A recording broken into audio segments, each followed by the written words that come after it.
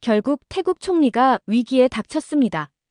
최연소 총리였던 패통탄 친나왓은 각종 문제에 휩싸이고 현재 총리의 불신임안이 진행되었습니다. 그녀가 저지를 충격적인 사건은 도대체 어떤 것들일까요? 안녕하세요. 저는 안나 코엘입니다. 미국 워싱턴 포스트 소속 특파원으로 동남아시아 정치 상황을 주로 취재해왔죠. 특히 태국의 정치적 혼란에 대해선 지난 10년간 깊이 파고들었습니다. 수많은 쿠데타와 정권 교체, 부패 스캔들을 현장에서 목격했고 그 과정에서 태국 정치의 어두운 이면을 직접 경험했어요. 방콕행 비행기 창문 너머로 보이는 구름이 마치 태국의 불안정한 정치 상황을 닮았다고 생각하며 다시 한번 노트북을 펼쳤습니다. 이번 취재의 목적은 분명했어요. 최근 패통탄 친나와 총리에 대한 불신임안을 분석하고 그녀의 정부가 어떻게 친중 노선을 강화하면서 한국과의 관계를 악화시켰는지 파헤치는 것이었죠. 저는 지난 태국 총리들의 행적을 정리한 자료를 다시 한번 검토했습니다. 역사는 반복된다고 하죠. 태국의 정치사는 그 말을 증명하는 가장 좋은 예시였어요. 탁신 친나왓의 이름은 태국 현대 정치사에서 빼놓을 수 없는 존재입니다.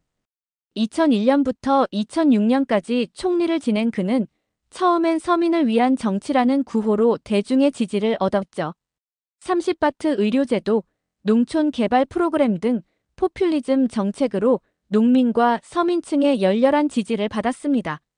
하지만 그의 통치 방식은 점점 독재적으로 변해갔어요. 기업과 정부 계약을 통해 자신의 가족 기업이 이득을 취하도록 했고 결국 이러한 대규모 부정부패는 2006년 군부 쿠데타의 빌미가 되었습니다. 탁신은 해외로 도피했고 태국 법원은 그에게 부패 혐의로 징역형을 선고했죠. 탁신의 시대는 태국 정치의 분기점이었다. 제 노트북 화면에는 태국 정치학자와의 인터뷰 내용이 적혀 있었어요. 그의 말대로 탁신 이후 태국은 레드셔츠 친 탁신과 옐로우 셔츠 반 탁신 간의 극심한 정치적 대립을 겪게 되었죠. 시간이 흐른 후 잉낙 친나왓, 탁신의 여동생이 2011년 총리가 되었죠. 그녀의 등장은 많은 태국인들에게 희망을 주었습니다. 하지만 잉낙은 탁신의 그림자에서 벗어나지 못했어요. 특히 농민 보조금 정책을 무리하게 추진하면서 국가 재정에 심각한 타격을 입혔습니다. 결국 부정부패 스캔들로 2014년 탄핵당했고 군부 쿠데타가 다시 일어났죠. 그녀도 2017년 해외로 도피했습니다. 2023년 후반 총선 이후 복잡한 정치적 과정을 거쳐 세타 타위신이 총리가 되었습니다. 하지만 그의 재임은 오래가지 못했고 2024년 패통탄 친나왓이 총리직을 맡게 되었죠.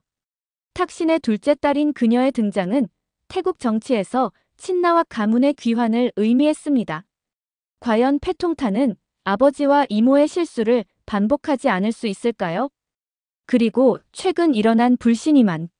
이는 패통탄 정부가 당분간 안정적으로 권력을 유지할 것임을 의미했지만 동시에 태국의 정치적 문제들이 해결되지 않은 채 계속될 것이라는 신호이기도 했어요.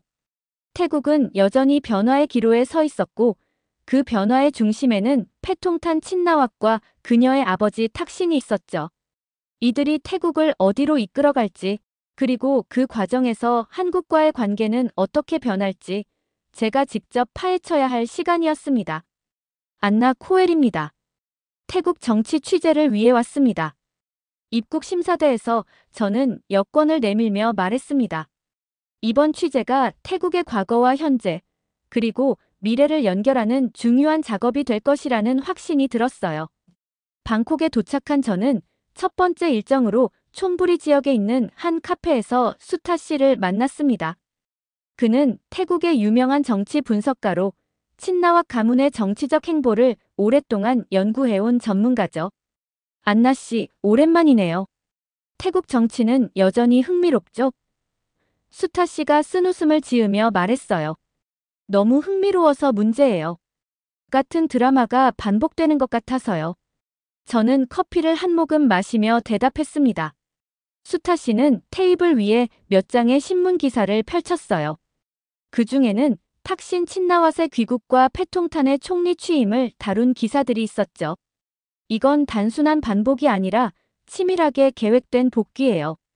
탁신 친나왓이 2023년 8월 22일, 15년 만에 태국으로 귀국했을 때부터 모든 것은 계획대로 진행되고 있었죠. 저는 녹음기를 켜고 수타 씨의 분석을 경청했습니다.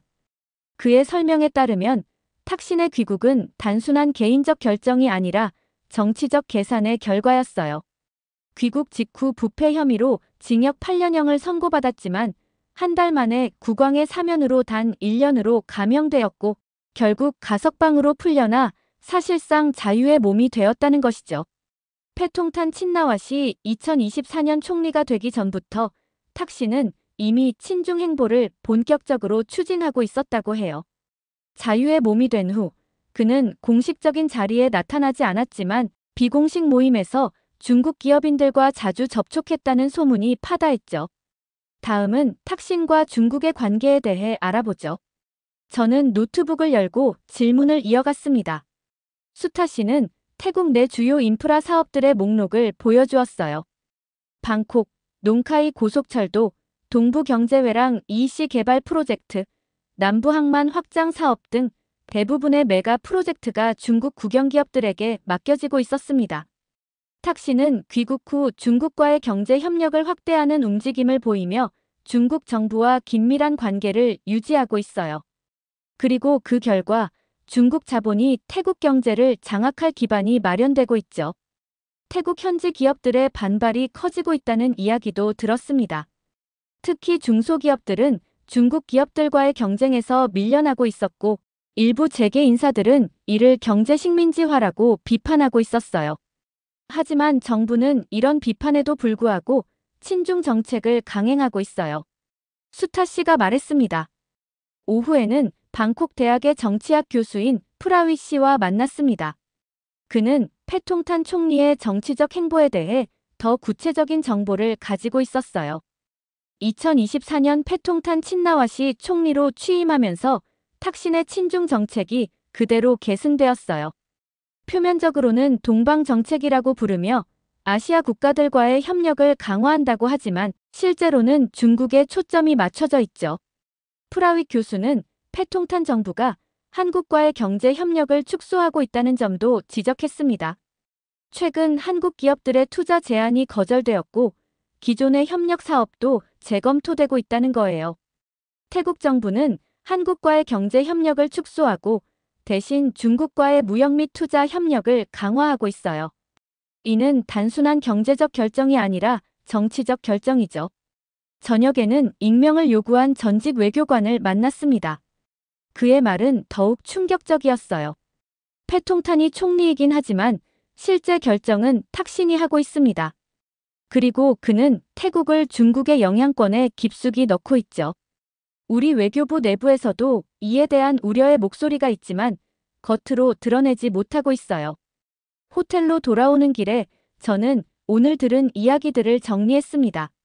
태국 정치의 표면 아래에서는 탁신이라는 보이지 않는 손이 여전히 강력한 영향력을 행사하고 있었고 그 손은 태국을 중국 쪽으로 밀어내고 있었어요.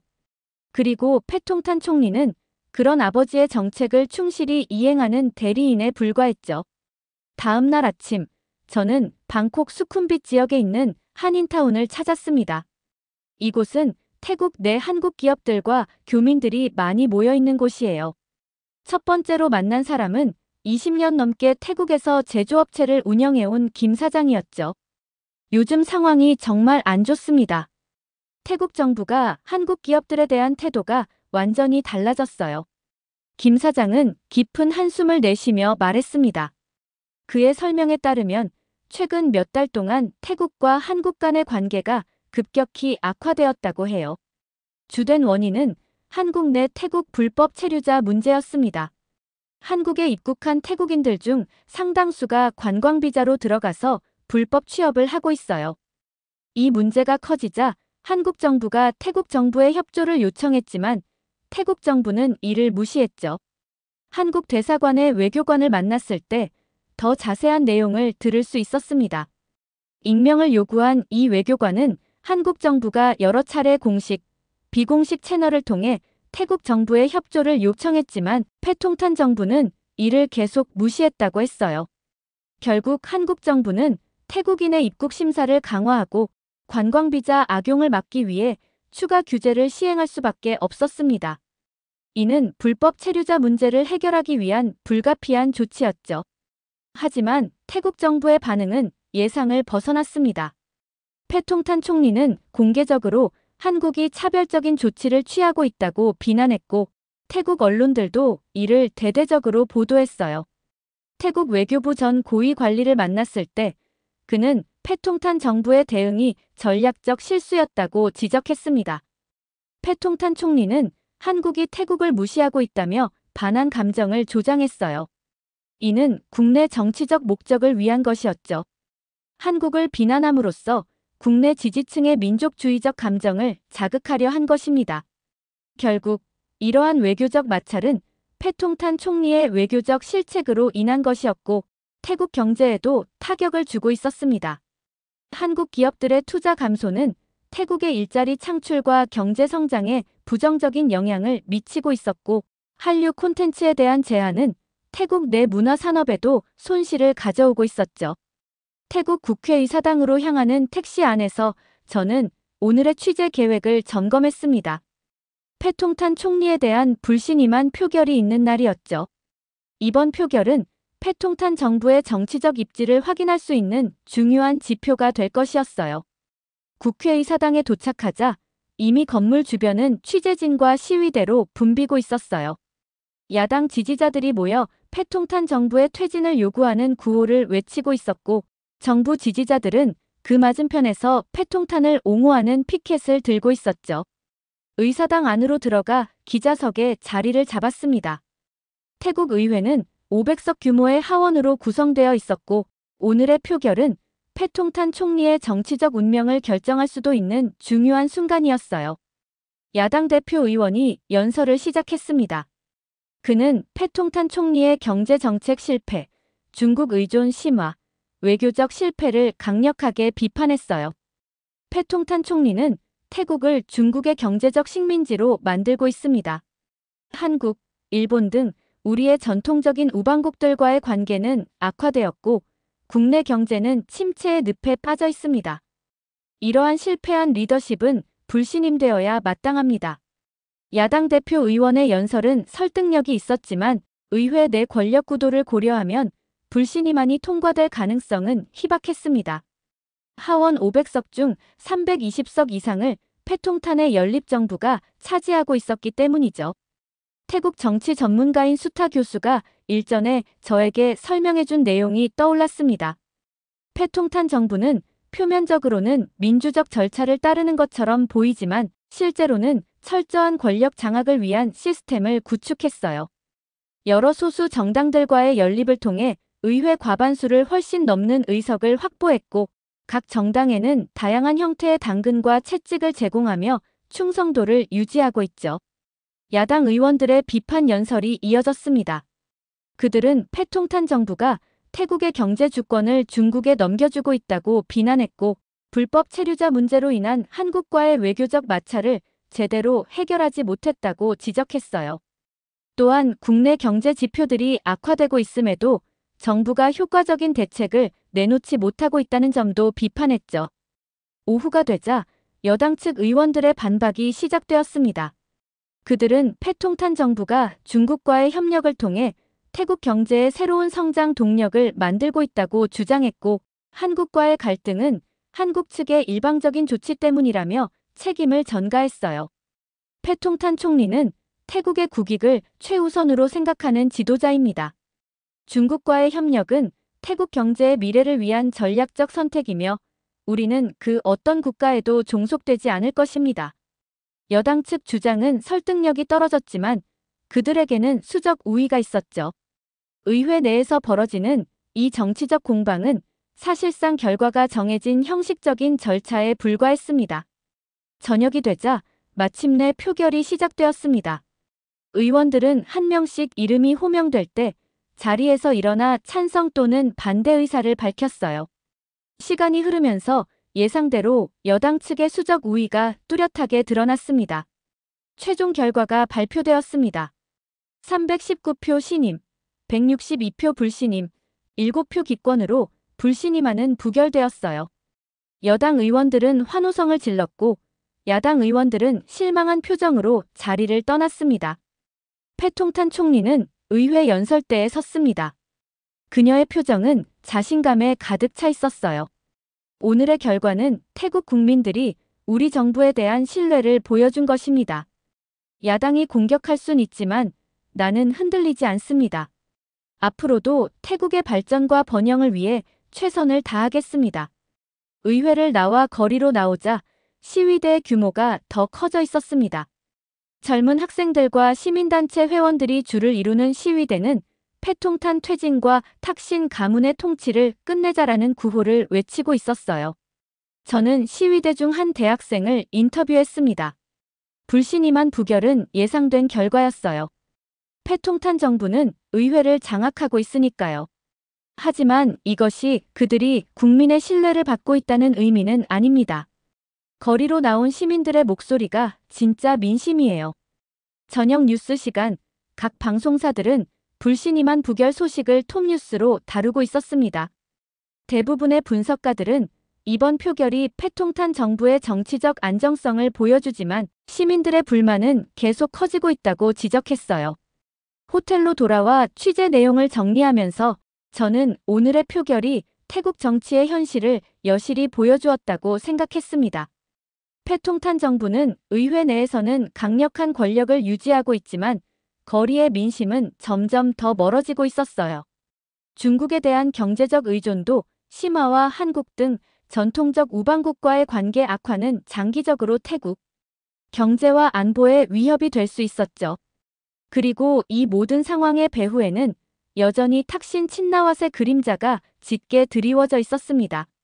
그는 공식적으로는 정치 일선에서 물러나 있지만 딸을 통해 여전히 태국 정치를 좌우하고 있었어요. 불신임안 부결은 그의 권력이 건재함을 보여주는 또 하나의 증거였습니다. 저는 방콕의 한 카페에서 수완 박사를 만났습니다. 안나 씨, 이쪽입니다. 방콕 경제연구소의 수완 박사가 손을 흔들었습니다. 그는 태국, 중국 경제관계를 오랫동안 연구해온 전문가였죠. 불신임안 부결 이후 패통탄 정부는 더욱 적극적으로 친중 정책을 추진할 것으로 보입니다. 수완 박사가 말했어요. 수완 박사의 분석에 따르면 중국과의 경제 협력이 가속화되면서 태국은 중국 경제권으로 더욱 깊숙이 편입될 것이라고 합니다. 이미 태국의 주요 인프라 프로젝트들이 중국 자본과 기술로 진행되고 있었고 관광, 부동산, 농업 등 다양한 분야에서 중국의 영향력이 커지고 있었어요.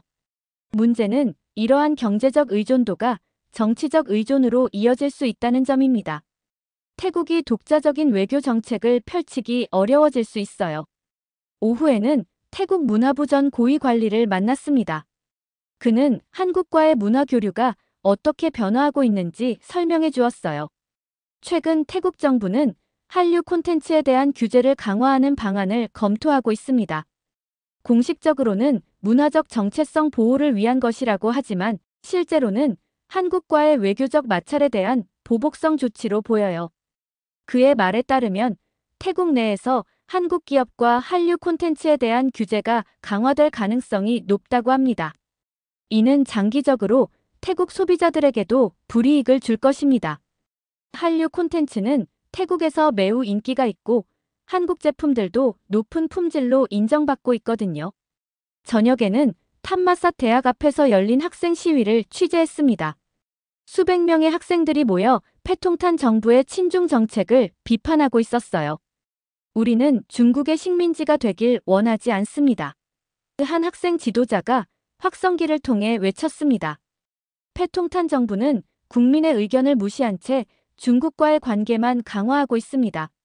시위대와 대화를 나누면서 태국 내부에서도 반정부 시위가 점점 커지고 있으며 패통탄 정부의 친중 정책이 국민들 사이에서 큰 논란이 되고 있다는 사실을 직접 확인할 수 있었습니다. 우리는 중국과의 좋은 관계를 원합니다. 하지만 일방적인 의존이 아닌 상호 존중에 기반한 관계여야 해요. 지금 정부는 우리의 주권을 너무 쉽게 포기하고 있어요. 호텔로 돌아오는 길에 저는 오늘 들은 이야기들을 정리했습니다.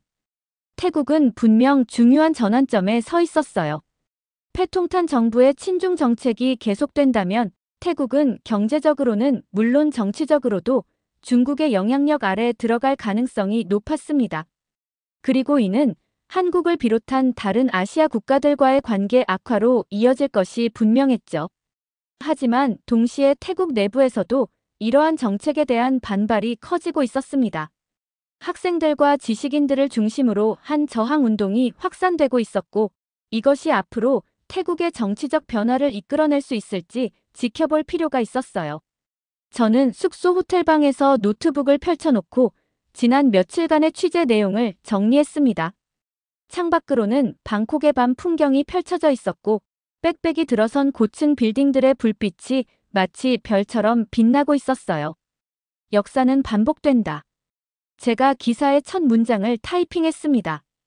태국에서의 취재를 통해 얻은 모든 정보를 종합해보니 패통탄 정부 아래의 태국은 과거 친나와 가문이 만들었던 실수를 그대로 반복하고 있다는 것이 분명해 보였어요. 태국은 또다시 같은 실수를 반복하고 있다. 친나와 가문이 돌아오면서 태국의 친중 행보는 더욱 가속화되었고 한국과의 관계는 악화되었다. 패통탄 친나와 정부가 경제적 위기를 어떻게 해결할지 태국 국민들은 그 대가를 얼마나 치르게 될지 지켜볼 필요가 있다. 이 문장을 쓰고 나서 저는 잠시 생각에 잠겼습니다.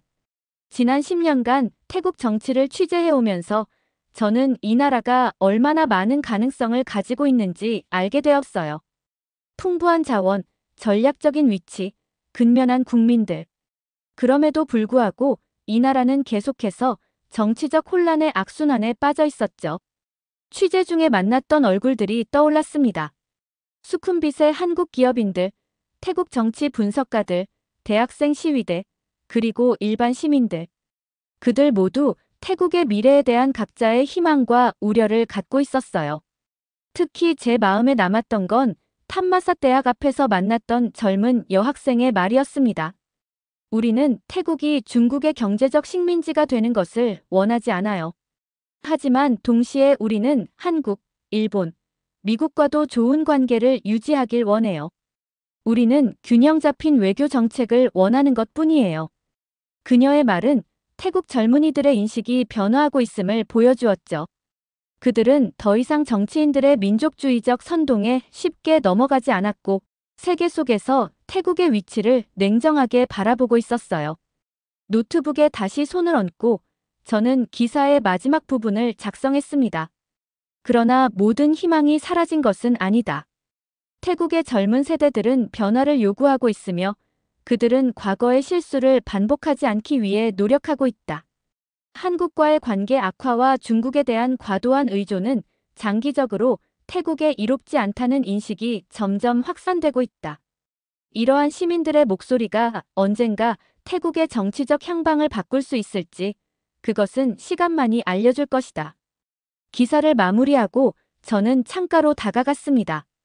방콕의 밤하늘에는 별이 거의 보이지 않았지만 도시의 불빛이 그 빈자리를 대신하고 있었어요. 마치 태국의 현재 상황을 비유하는 것 같았습니다. 어둠 속에서도 빛은 있다는 것, 그리고 그 빛이 언젠가는 더 밝아질 수 있다는 희망 말이죠. 태국은 지금 갈림길에 서 있다. 그리고 그들이 선택할 길은 단지 태국뿐만 아니라 아시아 전체의 미래에도 영향을 미칠 것이다. 이것이 태국 정치의 현실이었고 저 안나 코엘은 그 변화의 순간을 앞으로도 계속 기록해 나갈 것입니다. 이렇게 태국 총리의 불신임안을 다룬 사연 어떻게 들으셨나요? 과거 친나와 총리들이 벌여온 사건부터 지금까지 있었던 일을 살펴보니 너무나 충격적이었습니다. 여러분들의 의견은 어떠신가요? 다양한 의견을 댓글을 통해 공유해주세요. 긴 영상 시청해주셔서 감사드리고 영상 재미있으셨다면 구독과 좋아요 부탁드립니다. 현재 충격적인 상황이 벌어졌습니다. 태국의 잘못된 선택이 태국 경제를 박살내고 있는 상황인데요. 그리고 태국 총리가 이러한 선택을 한 이유가 밝혀지며 태국 국민들은 충격에 빠지게 됩니다. 도대체 태국 총리는 왜 이런 선택을 했을까요?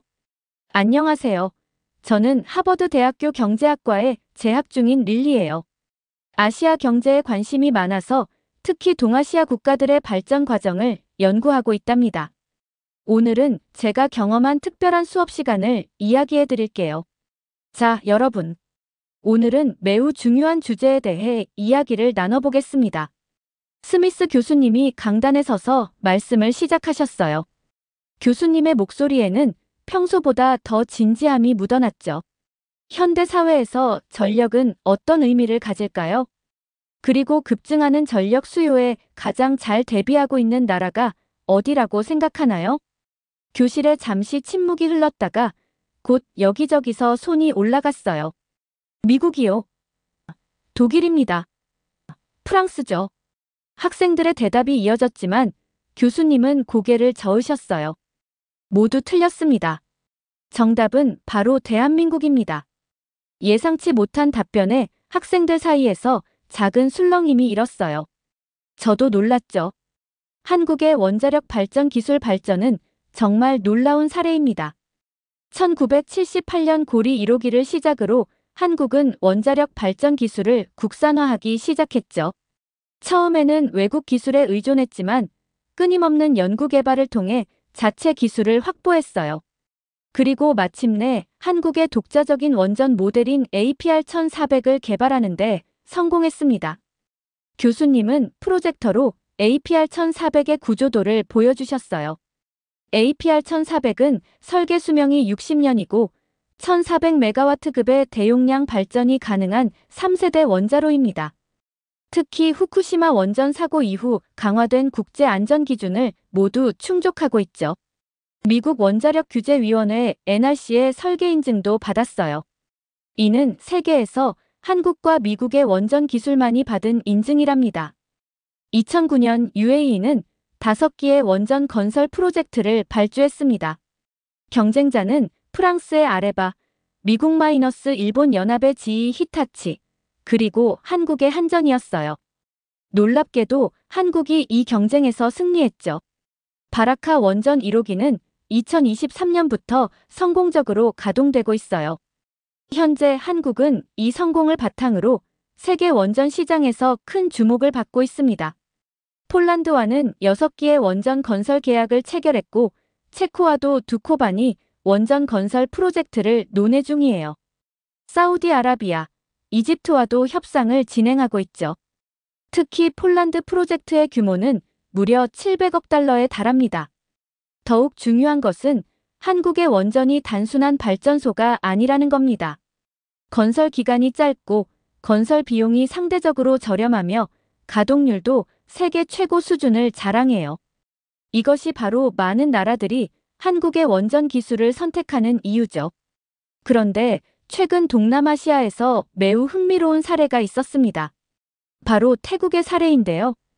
교수님은 칠판에 태국의 전력 위기라고 쓰셨어요. 2020년대 후반, 태국은 급격한 산업화와 도시화로 전력 수요가 폭증했습니다. 2023년 기준 전력 예비율이 15%에 불과했죠. 이는 매우 위험한 수준이에요. 저는 필기를 하면서 고개를 끄덕였어요. 15%라는 숫자가 얼마나 심각한지 이해할 수 있었거든요. 태국 정부는 재생에너지 정책을 추진했지만 실행이 지연되면서 기존 화력발전소만으로는 급증하는 수요를 감당하기 어려운 상황에 직면했습니다. 이때 한국이 태국에 도움의 손길을 내밀었죠. 교수님은 잠시 말씀을 멈추시고 교실을 둘러보셨어요.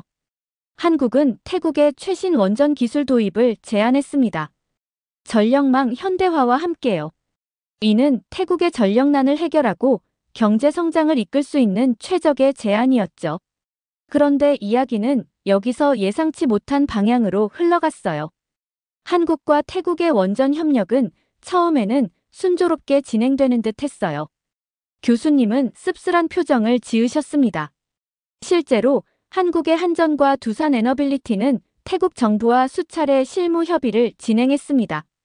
APR 1400기기 건설과 함께 태국의 노후화된 전력망을 현대화하는 종합 프로젝트였죠. 투자 규모만 약 150억 달러에 달했어요. 태국 측에서도 적극적이었습니다. 에너지부 장관이 직접 한국을 방문해서 원전 시설을 둘러보기도 했고 양국 정상이 만나 협력을 약속하기도 했죠. 기술 이전 조건도 합의했고 부지 선정까지 마무리 단계였어요. 그런데 갑자기 분위기가 바뀌었습니다. 태국 내에서 반한 감정이 급격히 고조된 거예요.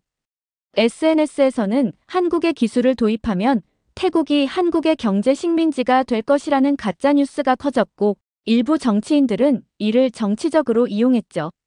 저는 필기를 하다 말고 고개를 들었어요. 너무 황당했거든요. 더 놀라운 것은 이 모든 것이 계획된 것이었다는 점입니다. 태국 정부는 이미 중국, 러시아와 비밀리에 협상을 진행하고 있었어요. 한국과의 협상은 더 좋은 조건을 얻기 위한 카드였던 거죠. 결국 태국 정부는 한국과의 모든 협상을 전격 중단했습니다. 그것도 매우 일방적인 방식으로요. 수개월간 진행된 실무 협의, 기술 검토, 현장 조사, 모든 것이 물거품이 됐죠. 한국 기업들이 투자한 시간과 비용도 전혀 보상받지 못했고요. 그리고 태국은 중국과 러시아의 원전 기술 도입을 발표했습니다. 마치 사전에 준비된 각본처럼요. 한국 정부와 기업들은 큰 충격을 받았죠. 국제사회에서도 태국의 이러한 행태에 대한 비판이 이어졌어요. 태국이 한국을 배제한 후 어떤 상황이 전개되었는지 살펴보도록 하겠습니다. 한국 기업들의 태국 철수가 시작되었습니다. 한전, 두산에너빌리티, 현대건설 등 주요 원전 기업들이 모두 태국에서 철수를 결정했죠. 이들 기업은 이미 상당한 규모의 인력과 자원을 태국에 투입한 상태였어요. 교수님은 프로젝터로 관련 뉴스 기사들을 보여주셨어요. 특히 흥미로운 것은 한국 기업들의 다음 행보였습니다. 이들은 태국에서 철수한 직후 다른 국가들과 빠르게 새로운 계약을 체결했어요. 폴란드와는 6개의 원전 건설 계약을, 체코와는 2코반이 원전 프로젝트를 성사시켰죠. 사우디아라비아와도 대규모 원전 건설 협약을 맺었고요. 옆자리의 에밀리가 작은 목소리로 태국이 정말 큰 실수를 했네요. 라고 말했어요. 당시 태국 정부는 매우 자신만만했습니다. 에너지부 장관은 기자회견에서 한국 없이도 충분히 원전 사업을 성공시킬 수 있다고 장담했죠. 하지만 현실은 매우 달랐어요.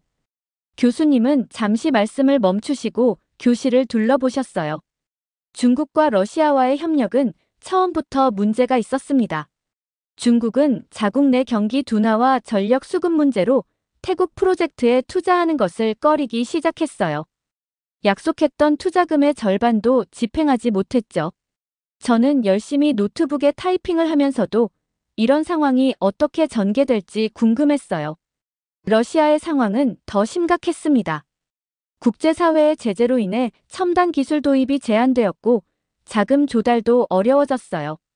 예정되었던 공정의 30%도 진행하지 못한 상태에서 공사가 중단되는 상황이 발생했죠. 교실 안에서 놀라는 목소리들이 들렸어요. 결과적으로 태국의 원전 프로젝트는 완전히 마비 상태에 빠졌습니다. 당초 계획보다 최소 5년 이상 지연될 것으로 예상되고 있어요. 한국과 협력했다면 이미 가동을 시작했을 원전들이 아직도 착공조차 되지 않은 상태인 거죠. 교수님의 목소리에는 안타까움이 묻어났어요. 더 큰 문제는 이것이 단순한 프로젝트 지연이 아니라는 점입니다. 태국은 급증하는 전력 수요를 감당하지 못하게 됐고 이는 곧 심각한 경제 위기로 이어지게 됩니다. 제 옆자리에 토마스가 손을 들었어요. 교수님, 태국 정부는 이런 상황을 예측하지 못했던 건가요? 좋은 질문입니다. 사실 태국 정부 내에서도 우려의 목소리가 있었어요. 일부 관료들은 한국과의 협력을 계속해야 한다고 주장했죠. 하지만 정치적 이해관계가 합리적인 판단을 가로막았습니다. 그렇다면 질문이 있습니다. 갑자기 교실 뒤쪽에서 날카로운 목소리가 들렸어요. 교실 뒷자리에 앉아있던 태국 유학생 티나라였죠. 우리나라의 선택이 틀렸다고 하시는데 저는 동의할 수 없어요. 중국은 세계 최대 경제대국이고 한국보다 훨씬 더 발전된 나라예요. 지투잖아요. 누가 한국의 도움을 받으려 하겠어요? 티나라의 목소리에는 분노와 자존심이 섞여 있었어요. 교실의 분위기가 순식간에 차가워졌죠. 아, 티나라가 흥미로운 지점을 짚었네요. 그럼 원전 기술에 대한 객관적인 데이터를 한번 살펴볼까요? 교수님은 프로젝터를 켜고 통계 자료를 띄우셨어요. 먼저 원전 가동률을 보겠습니다. 한국의 원전 가동률은 평균 92.4%로 세계 1위예요. 반면 중국은 76.8%에 머물러 있죠. 안전성 측면에서도 한국의 APR 1400은 미국 원자력규제위원회의 설계 인증을 받은 반면 중국의 원자로는 아직 받지 못했습니다. 티나라의 얼굴이 점점 굳어갔어요. 더 중요한 건 건설 경험입니다. 한국은 UAE 바라카 원전을 예산과 공기를 모두 준수하며 성공적으로 완공했어요. 하지만 중국이 파키스탄에서 진행 중인 원전 사업은 4년째 지연되고 있죠. 비용은 당초 예산의 2배를 넘어섰고요. 티나라는 자리에서 부들부들 떨기 시작했어요. 마지막으로 기술 자립도를 보면 한국은 원전 설계부터 건설, 운영까지 모든 과정을 자체 기술로 해결할 수 있습니다. 반면 중국은 아직도 핵심 부품의 40%를 수입에 의존하고 있어요. 교실은 완전히 침묵에 빠졌어요. 티나라는 얼굴이 붉어진 채 고개를 숙였죠. 감정적인 판단이 아닌 이런 객관적인 데이터를 보면 태국의 선택이 왜 실수였는지 이해할 수 있을 겁니다. 티나라는 더 이상 아무 말도 하지 못했어요. 그저 책상을 노려보며 입술을 깨물 뿐이었죠. 객관적인 사실 앞에서 그녀의 감정적인 주장은 힘을 잃어버렸답니다. 그리고 최근 태국의 대홍수 사태를 보면 더욱 안타깝습니다. 교수님이 새로운 슬라이드를 보여주셨어요.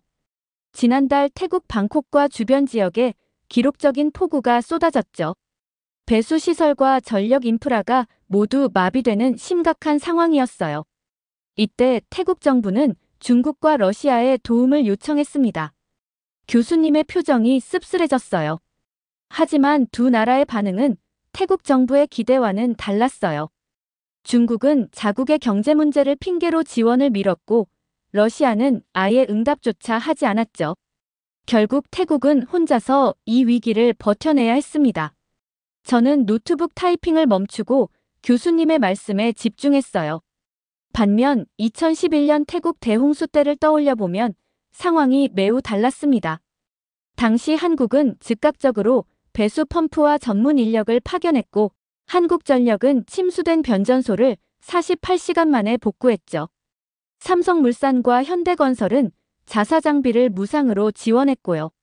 잠시 교실이 조용해졌어요. 티나라는 고개를 더 깊이 숙였죠. 수자원 전문가들은 입을 모아 말합니다. 만약 한국 기업들이 태국에 남아 있었다면 이번 홍수 피해는 훨씬 적었을 거라고요. 한국은 몬순 기후에서 수십 년간 전력 인프라를 운영해온 경험이 있거든요. 교수님은 잠시 말씀을 멈추시고 교실을 둘러보셨어요. 특히 태국처럼 연중 강수량이 많은 나라에서는 한국의 전력 시스템이 최적의 선택이었을 겁니다. 한국의 원전과 전력망은 홍수나 태풍 같은 극단적 기후 상황에서도 안정적으로 작동하도록 설계되어 있거든요. 중국이나 러시아의 시스템은 이런 조건에서 충분히 검증되지 않았죠. 저는 옆자리의 에밀리와 눈을 마주쳤어요. 둘 다 같은 생각을 하고 있는 것 같았죠. 정치적 판단이 어떻게 한국가의 미래에 영향을 미칠 수 있는지 오늘 수업은 그 현실적인 예를 보여주고 있었으니까요. 이제 태국이 직면한 더 심각한 문제를 살펴보도록 하겠습니다. 2024년 초 태국은 역사상 최악의 전력난을 겪게 됩니다. 특히 1월 말 방콕에서 발생한 대규모 정전 사태는 충격적이었죠. 도시 전체가 완전히 마비되었어요. 교수님은 방콕의 정전 상황을 보여주는 위성 사진을 띄우셨어요.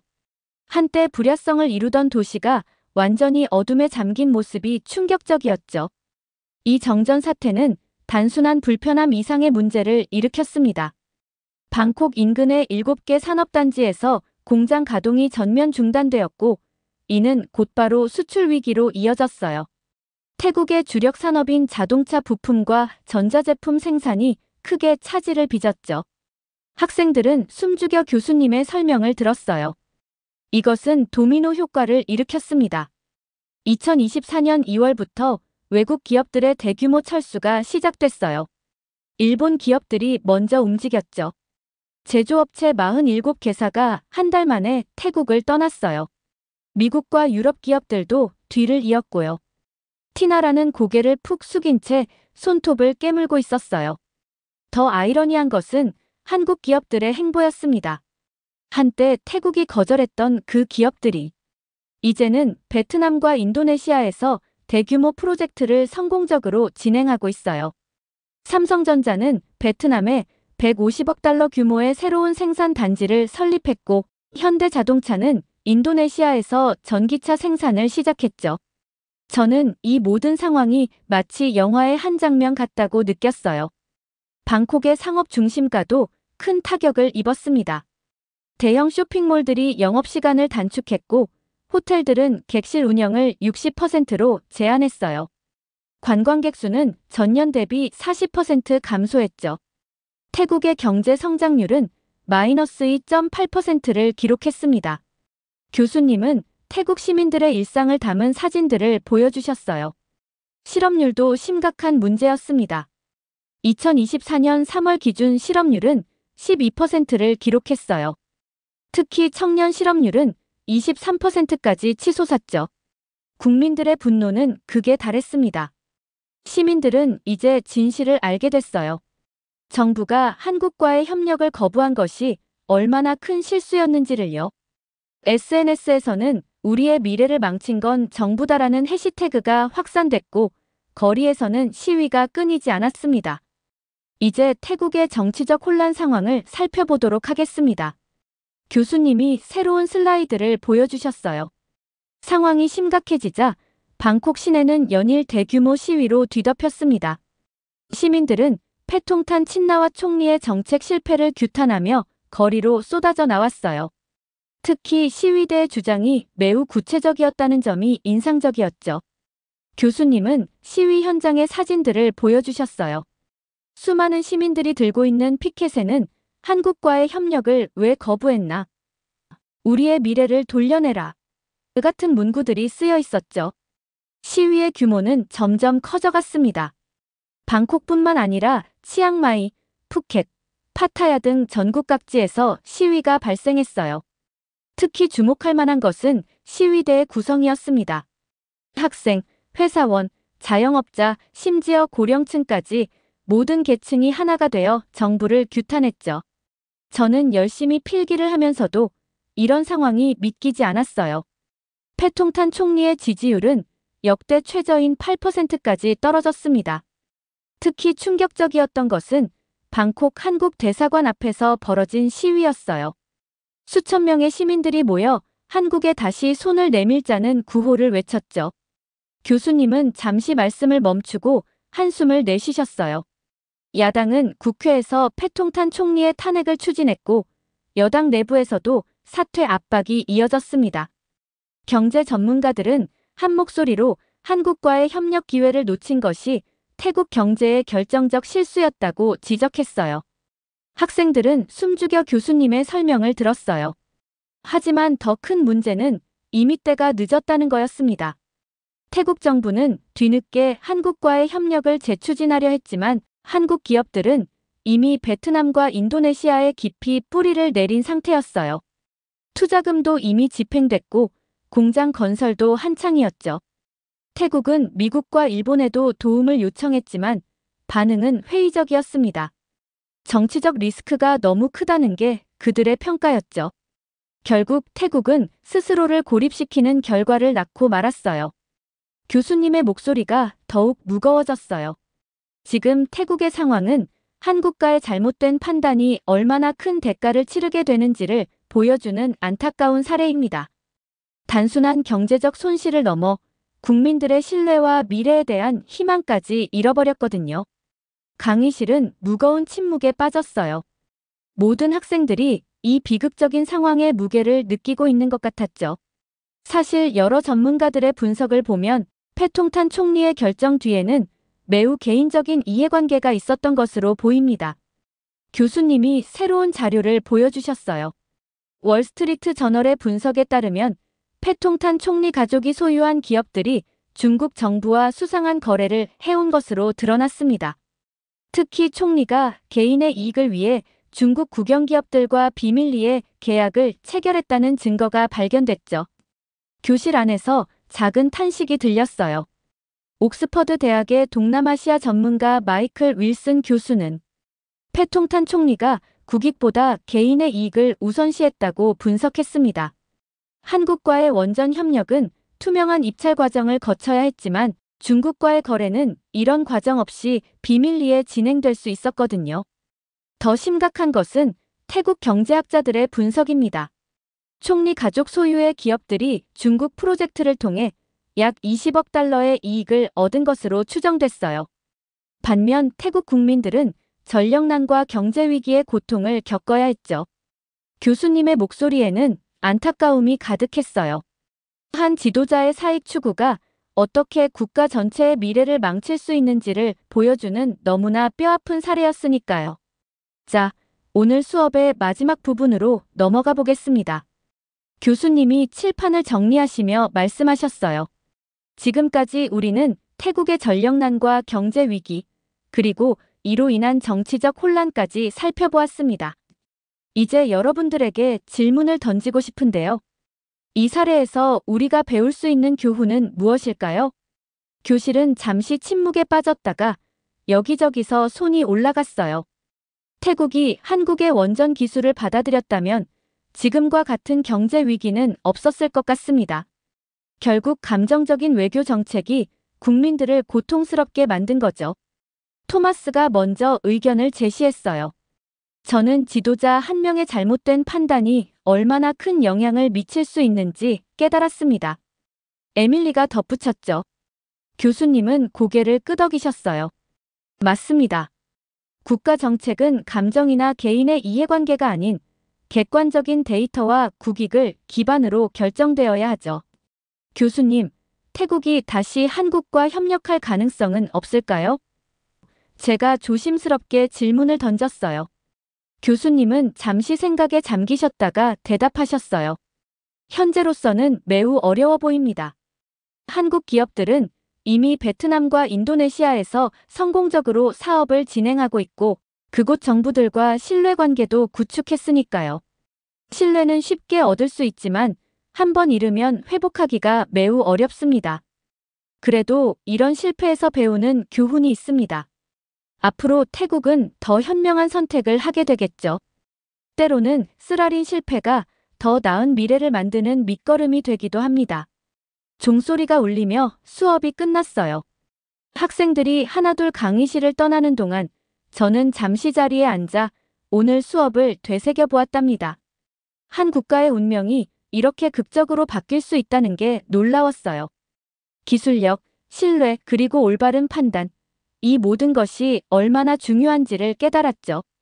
특히 정치인들의 개인적인 이해관계가 어떻게 국민 전체의 삶에 영향을 미칠 수 있는지도 알게 됐고요. 노트북을 덮으며 생각했어요. 앞으로 제가 경제학자가 되어 정책을 연구하게 된다면 오늘 배운 이 교훈을 꼭 기억해야겠다고요. 때로는 당장 눈앞의 이익보다 멀리 보는 안목이 더 중요하다는 것을, 그리고 한번 잃어버린 기회와 신뢰는 되돌리기가 얼마나 어려운지도 말이에요. 밖으로 나가는 길에 티나라와 눈이 마주쳤어요.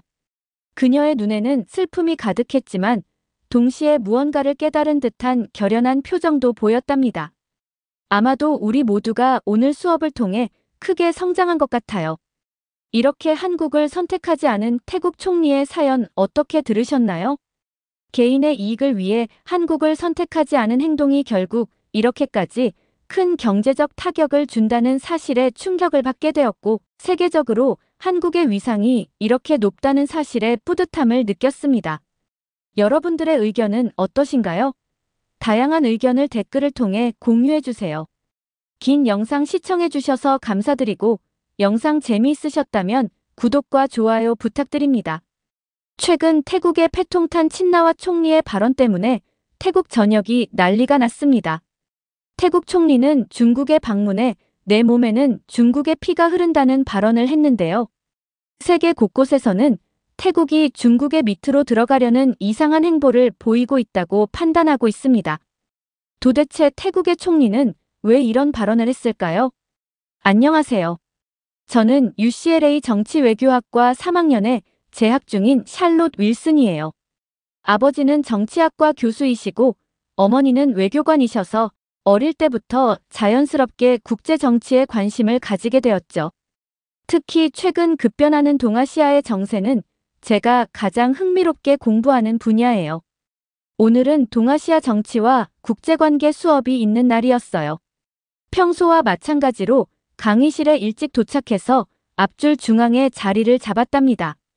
저는 항상 이 자리에 앉는데 교수님의 표정 변화까지 놓치지 않고 수업을 들을 수 있기 때문이에요. 오늘은 최근 가장 뜨거운 이슈인 태국과 중국의 관계에 대해 이야기를 나눠보도록 하겠습니다. 데이비드 브라운 교수님이 강의를 시작하시자마자 흥미로운 주제를 꺼내셨어요. 교수님은 프로젝터에 태국 총리 패통탄 친나왓의 사진을 띄우셨죠. 여러분, 지난주 태국의 패통탄 친나왓 총리가 하얼빈 동계 아시안게임 때문에 중국을 방문하면서 한 발언이 국제적으로 큰 논란이 되고 있습니다. 내 몸에는 중국의 피가 흐른다라는 발언인데요. 이것이 왜 문제가 되었는지 함께 생각해보죠. 교수님의 말씀이 끝나기가 무섭게 한 학생이 손을 들었어요. 교수님, 태국 총리의 발언이 이해가 되지 않아요. 태국은 역사적으로 동남아시아에서 유일하게 서구 식민 지배를 받지 않은 독립국이잖아요. 19세기 말 영국과 프랑스의 압박 속에서도 독자적인 근대화를 이룩했고 지금까지도 그걸 국가적 자부심으로 여기고 있다고 알고 있어요.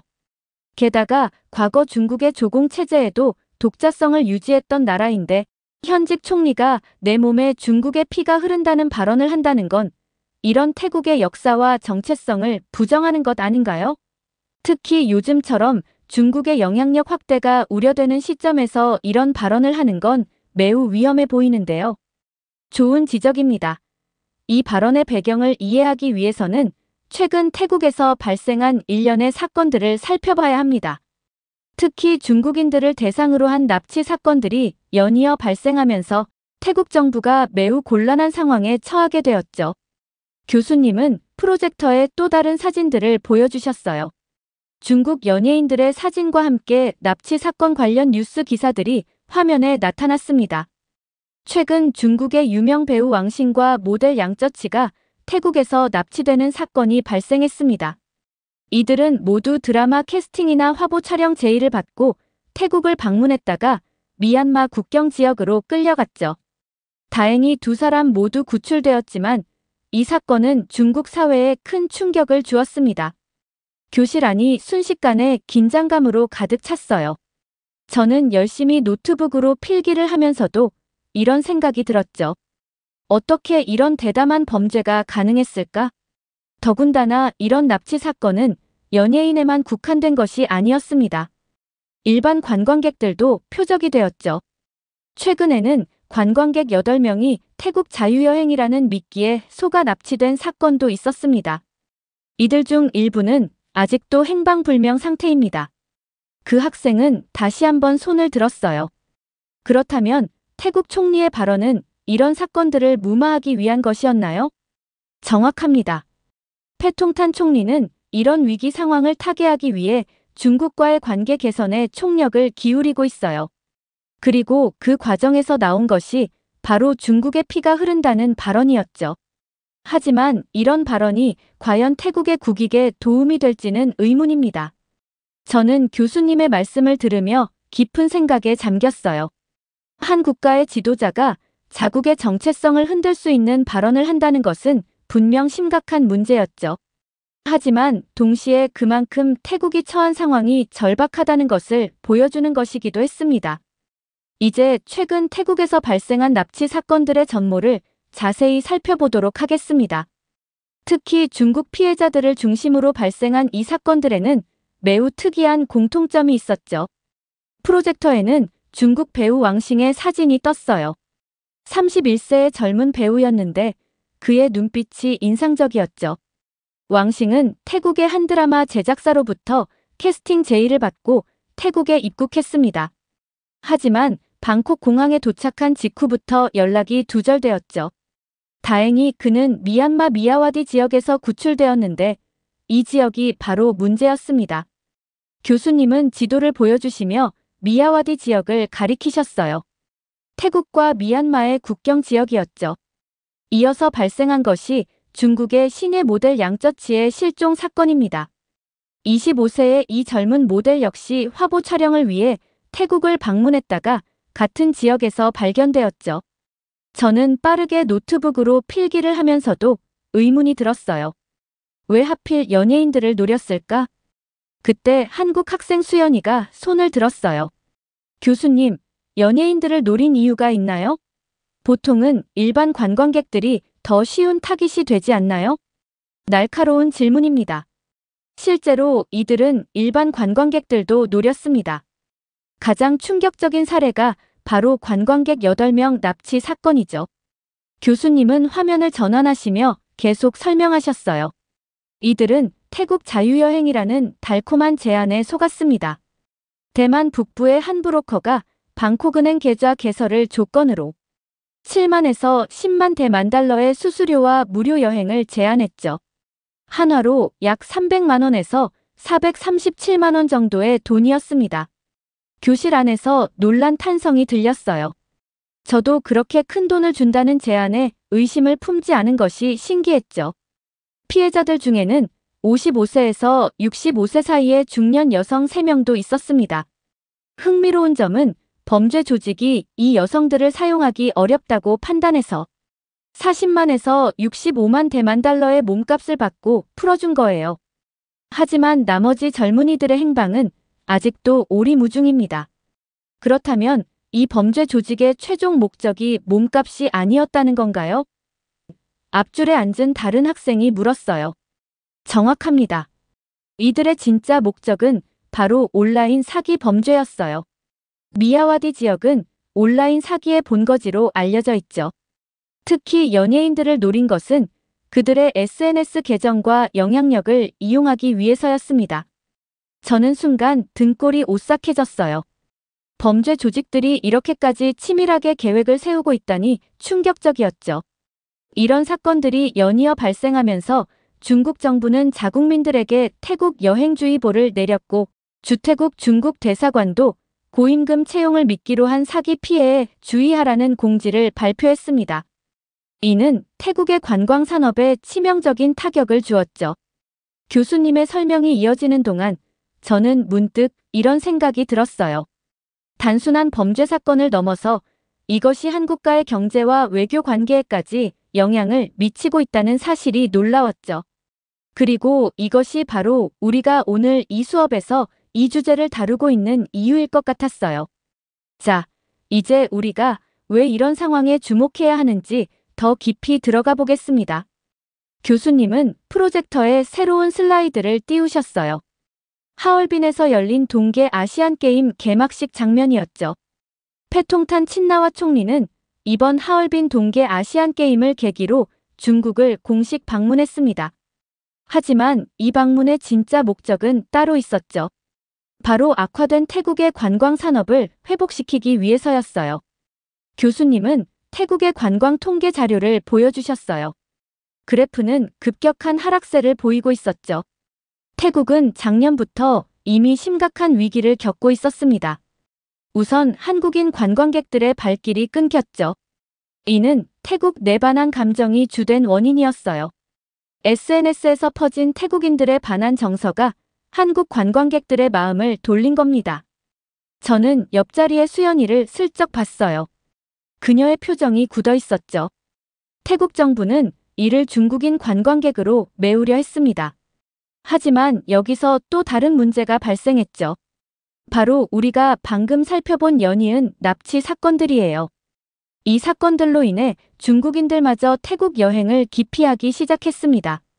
이런 위기 상황에서 중국 하얼빈에서 개최되는 동계 아시안 게임은 태국 정부에게 절호의 기회였죠. 교수님은 새로운 슬라이드를 보여주셨는데 거기에는 하얼빈에 모인 각국의 선수단과 취재진 그리고 수많은 관광객들의 모습이 담겨 있었어요. 하얼빈 동계 아시안 게임은 아시아 최대의 동계 스포츠 축제입니다. 32개국에서 약 5만 명의 선수단과 임원진이 참가하고 20만 명이 넘는 관광객들이 모일 것으로 예상되죠. 특히 중국은 이번 대회를 위해 약 500억 위안, 한국 돈으로 약 9조 원을 투자했다고 합니다. 교수님은 하얼빈 빙설 3개의 웅장한 전경을 보여주셨어요. 중국의 이런 대규모 투자와 홍보는 전 세계 언론의 이목을 집중시켰습니다. 아시아 각국의 주요 언론사들은 물론 유럽과 미주 지역의 언론사들도 특파원을 파견했죠. 패통탄 총리는 이 기회를 놓치지 않았어요. 납치 사건 이후 실추된 태국의 관광지 이미지를 회복하고 자국의 안전 대책을 홍보하기 위해 직접 하얼빈을 방문한 겁니다. 교수님은 패통탄 총리가 시진핑 주석과 만나는 사진을 보여주셨어요. 이 방문에서 패통탄 총리는 매우 전략적인 행보를 보였습니다. 우선 태국 정부가 최근 도입한 새로운 관광객 보호 정책을 상세히 설명했어요. 미얀마 국경 지역의 경비 강화, 관광경찰 증원, 24시간 긴급 핫라인 구축 등 구체적인 안전 대책을 제시했죠. 또한 중국 정부와 함께 국제범죄 조직 퇴치를 위한 공조체계를 구축하기로 합의했고요. 더불어 태국은 중국 관광객들을 위한 특별 프로모션도 발표했습니다. 90일 무비자 입국, 전자여권 소지자, 패스트트랙 입국, 관광보험 무료 제공 등 파격적인 혜택을 내놓았죠. 하얼빈에 모인 수많은 중국 언론들은 이 소식을 대대적으로 보도했습니다. 교수님은 잠시 숨을 고르시더니 계속 설명을 이어가셨어요. 통계를 보시죠. 태국의 GDP에서 관광 산업이 차지하는 비중은 약 20%에 달합니다. 코로나19 이전에는 연간 약 4천만 명의 외국인 관광객이 태국을 찾았고 이 중 중국인이 약 28%, 한국인이 약 5%를 차지했어요. 특히 한국인 관광객의 경우 1인당 소비액이 가장 높은 것으로 나타났죠. 저는 빠르게 계산기를 두드렸어요. 한국인 관광객이 200만 명이나 되는데 이들이 쓰는 돈이 상당할 것 같았거든요. 현재 태국의 상황은 매우 심각합니다. 한국인 관광객은 90% 이상 감소했고 중국인 관광객도 작년 대비 60% 가까이 줄었어요. 이는 태국 경제에 치명적인 타격을 주고 있습니다. 교실 안이 숙연해졌어요. 관광 산업이 한 나라의 경제에 이토록 큰 영향을 미친다는 사실이 새삼 놀라웠죠. 이런 상황에서 패통탄 총리는 중국과의 관계 개선을 통해 돌파구를 찾으려 했습니다. 내 몸에는 중국의 피가 흐른다는 발언도 이런 맥락에서 나온 거죠. 하지만 이는 오히려 태국 국민들의 반발을 사고 있어요. 교수님은 태국 현지 신문들의 헤드라인을 보여주셨어요. 대부분이 총리의 발언을 비판하는 내용이었죠. 태국 국민들은 묻고 있습니다. 왜 하필 중국인 관광객인가? 그들의 주장에 따르면 중국인 관광객들은 한국인 관광객들에 비해 소비 금액도 적고 현지의 문화와 규범을 잘 지키지 않는다고 해요. 실제로 통계를 보면 중국인 관광객 1인당 평균 소비액은 한국인의 절반 수준에 불과합니다. 저는 이 말을 듣고 깊은 생각에 잠겼어요. 한 나라의 경제가 이렇게 관광객들의 국적에 따라 크게 영향을 받는다는 게 새삼 놀라웠거든요. 결국 태국은 지금 진퇴양난의 상황에 처해 있습니다. 한국인 관광객은 돌아오지 않고 중국인 관광객 유치는 자국민의 반발을 사고 있죠. 게다가 계속되는 납치 사건으로 인해 태국의 관광지로서의 이미지도 크게 실추된 상황입니다. 교수님의 설명이 이어지는 동안 저는 이 모든 것이 어떻게 해결될 수 있을지 고민했어요. 한 국가의 경제가 이렇게 복잡한 국제관계와 얽혀 있다는 사실이 새삼 실감났답니다. 그때였어요. 뒷자리에서 날카로운 목소리가 들려왔습니다. 저는 교수님 설명에 동의할 수 없습니다. 태국 교환학생 아리사였어요. 평소에는 조용했던 그녀의 목소리가 떨리고 있었죠. 납치된 사람들은 모두 불법적인 일에 연루되어 있었어요. 고액 알바를 미끼로 한 사기라면서요? 정상적인 관광객이라면 그런 제안에 넘어가지 않았을 거예요. 이건 태국의 문제가 아니라 피해자들의 문제라고 생각해요. 교실 안이 순식간에 얼어붙었어요. 아리사의 발언은 너무나 충격적이었죠. 더군다나 중국 관광객을 유치하려는 건 당연한 거 아닌가요? 한국 관광객들이 먼저 태국을 떠났잖아요. SNS에서 조금 말이 나왔다고 바로 태국 여행을 포기한 건 한국인들이에요. 수연이가 자리에서 벌떡 일어났지만 교수님이 손을 들어 제지하셨어요. 그때 중국 유학생 주한이 끼어들었죠. 저는 아리사 말에 동의해요. 중국은 세계에서 가장 큰 관광 소비국이에요. 우리나라 관광객들은 전 세계 어디서나 환영받고 있죠. 한국처럼 SNS에서 조그만 일이 있다고 난리를 피우지도 않아요. 상황이 점점 과열되는 것 같았어요. 하지만 교수님은 차분하게 프로젝터를 켜셨죠. 자, 잠시 통계 자료를 보시죠. 2024년 세계관광기구 UNWTO의 자료입니다. 화면에는 각국 관광객들의 1인당 평균 소비액이 나타났어요. 한국 관광객의 1인당 평균 소비액은 약 3,200달러입니다. 반면 중국 관광객은 약 1,800달러예요. 더 중요한 것은 소비 패턴이죠. 한국 관광객들은 현지 식당, 소규모 상점, 문화체험 등에 고르게 소비하는 반면 중국 관광객들은 대형 쇼핑센터나 단체 관광 코스에 집중되는 경향이 있습니다. 주한이 불편한 듯 자세를 고쳐 앉았어요. 더불어 문화적 마찰 지수라는 게 있습니다. 이는 현지인들과의 갈등 빈도, 문화재 훼손 신고 건수, 공공질서 위반 등을 종합한 지표인데요. 교수님이 새로운 그래프를 보여주시자 교실 안이 술렁였어요. 보시다시피 한국 관광객들의 문화적 마찰 지수는 매우 낮은 편에 속합니다. 실제로 많은 국가들이 한국 관광객 유치를 위해 적극적으로 나서고 있죠.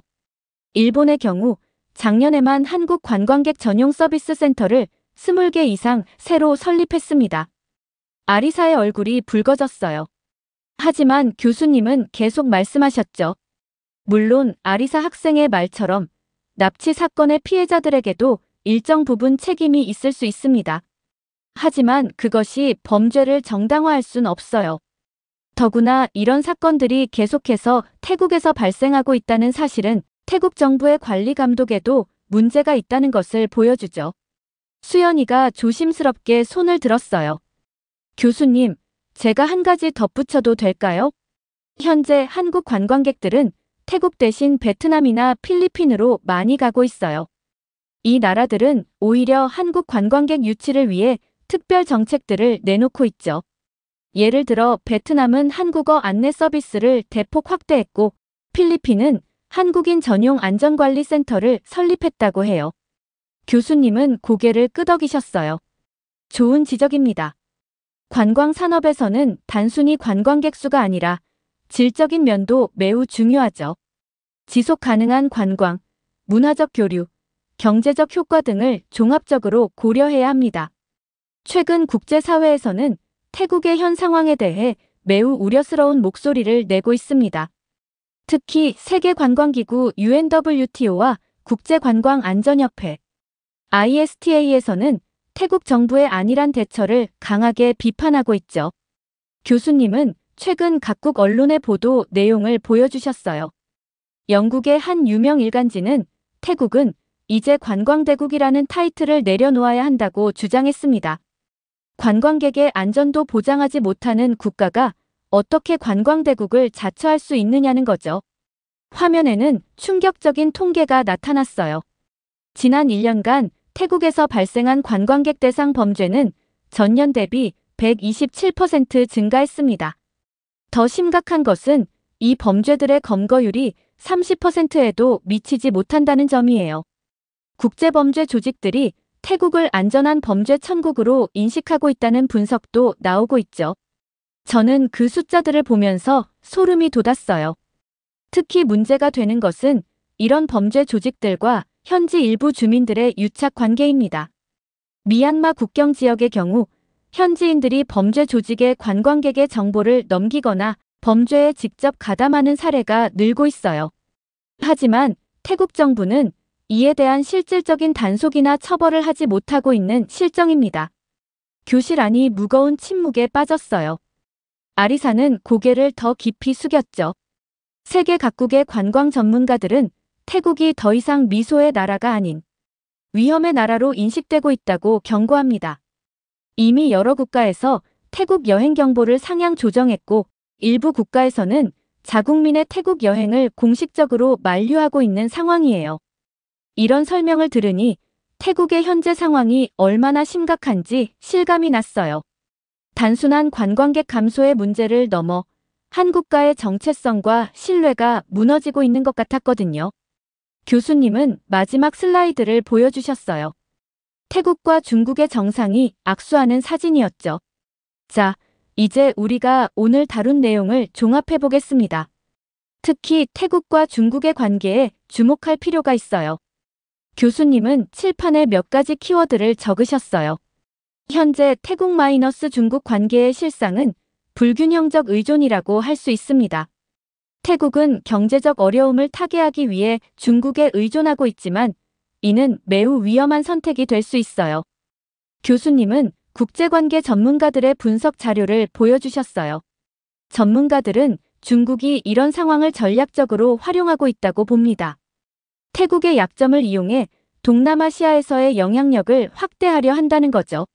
실제로 최근 체결된 양국 간 협정들을 보면 대부분 중국에게 유리한 조건들이에요. 그때 아리사가 자리에서 벌떡 일어났어요.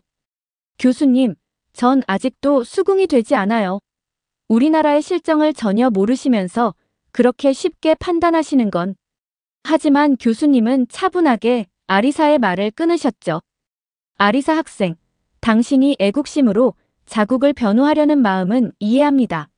하지만 지금 제시된 모든 데이터와 사실들은 부정할 수 없는 현실이에요. 이런 현실을 직시하지 못한다면 태국의 미래는 더욱 어두워질 수밖에 없습니다.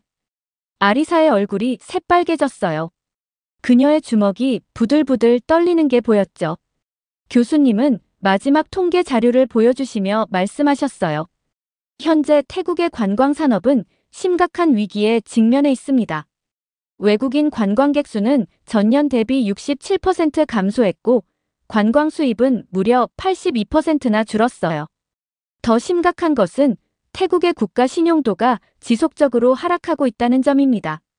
국제 신용평가사들은 태국의 치안 불안과 정부의 미흡한 대처를 주된 이유로 꼽고 있죠.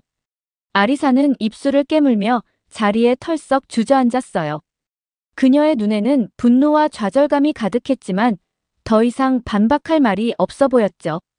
교수님은 마지막 결론을 이어가셨어요.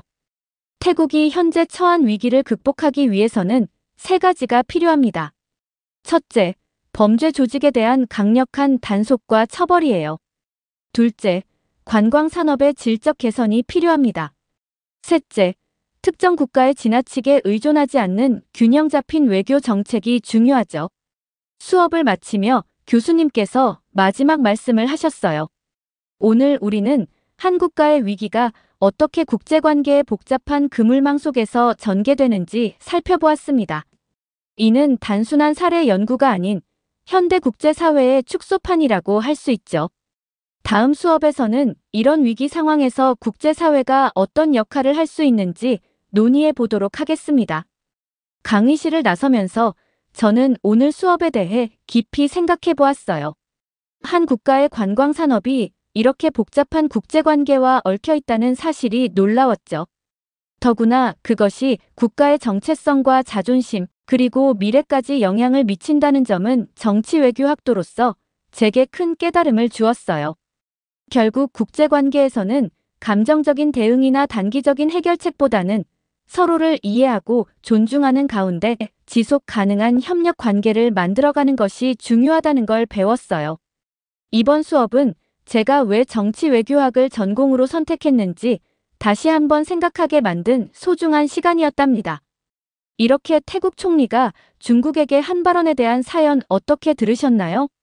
한 나라의 총리가 다른 국가에서 저런 발언을 했다는 사실이 너무 충격적이었고 태국 국민들의 기분이 굉장히 나빴을 것이라는 생각이 들었습니다. 또 중국과 태국의 관계가 과연 수평적으로 이루어질 것인가? 라는 의문점이 들기도 했습니다. 여러분들의 의견은 어떠신가요? 다양한 의견을 댓글을 통해 공유해주세요. 긴 영상 시청해주셔서 감사드리고 영상 재미있으셨다면 구독과 좋아요 부탁드립니다. 한 유명 가수가 현재 논란이 되고 있습니다. 그녀의 논란은 그녀를 지지하는 팬들 때문에 생긴 일인데요. 심지어 그녀의 열애설에도 태국 팬들은 난리가 난 상태입니다. 이로 인해 한국에서는 특단의 조치를 취하고 태국 사람들은 현재 충격에 빠진 상태인데요. 도대체 무슨 일이 있었던 걸까요? 안녕하세요. 제 이름은 엠마이고 미국의 어느 대학교에 다니고 있는 학생이에요. 상상력의 힘, 현대 문화와 소통이라는 강의를 듣기 위해 저는 매주 수요일 오후 2시에 이 강의실에 앉아 있어요. 특히 아시아 문화에 관심이 많아서 이 수업을 신청했죠. 오늘도 평소처럼 강의실에 들어섰는데 교수님의 표정이 어딘가 심각해 보였어요. 칠판에는 K-팝과 아시아의 새로운 물결이라는 주제가 적혀 있었죠. 여러분, 오늘은 특별한 주제로 이야기를 나눠보려고 합니다. 교수님의 목소리가 강의실을 울렸어요. 교수님은 먼저 K-팝이 전 세계적으로 미치는 영향력에 대해 설명하시기 시작했어요. 전 세계가 현재 한국의 문화에 열광하는 이야기를 시작으로 K-팝의 성공 사례들을 하나씩 짚어가셨죠. 하지만 최근 흥미로운 현상이 하나 있습니다. 아시아에서 유일하게 K-팝을 거부하는 나라가 등장했다는 거죠. 어느 나라일까요? 학생들은 하나둘씩 손을 들고 답을 해보려 했어요. 누군가는 베트남을, 또 다른 학생은 인도네시아를 말했지만 모두 틀렸어요. 저도 고민해봤지만 쉽게 답을 찾을 수 없었어요.